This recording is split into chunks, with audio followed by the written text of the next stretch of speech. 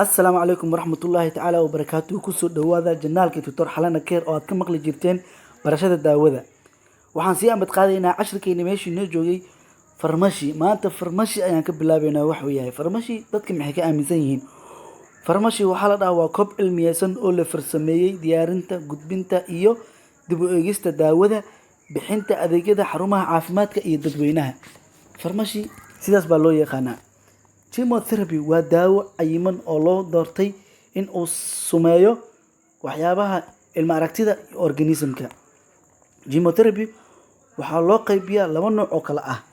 antibiotic iyo antiparasite number 1 antibiotic waxaa la dhahaa waa nooc ka mid ah chemotherapy-ga gaar ahaan bakteeriyada antiparasite waxay kala yihiin antiprotozoa iyo antihelminthes haddaba farmashiste asoo galnay farmashiste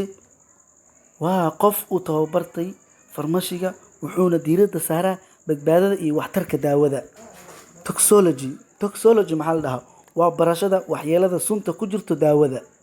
toxology waxaa la dhahaa waa barashada waxyeelada ee ku jirto sunta daawada pharmacologist wuxuu qiimeyn ku sameeyaa waxyaaba kala ah pharmacology wuxuu qiimeyn ku sameeyaa waxyaabo kala duwan oo kala ah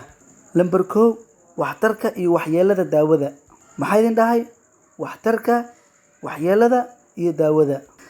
number 2 oo ah kormeeridda sida saxda daawada loo isticmaalo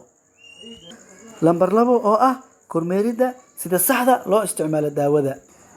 number 3 daawadan sida ay u shaqeynayso iyo waxyaabaha ay daaweynayso meeshaas waxaa noogu dhamaaday cutubkii koowaad ee lecture-kii xalay aan soo jeedinay maasha allah waxaa noo soo socdo cashiro kale oo aad u muhiimsan la soco waxaa noo samaystaa share like comment subscribe oo mahadsantihiin assalaamu calaykum waraxmatullahi wabarakaatuh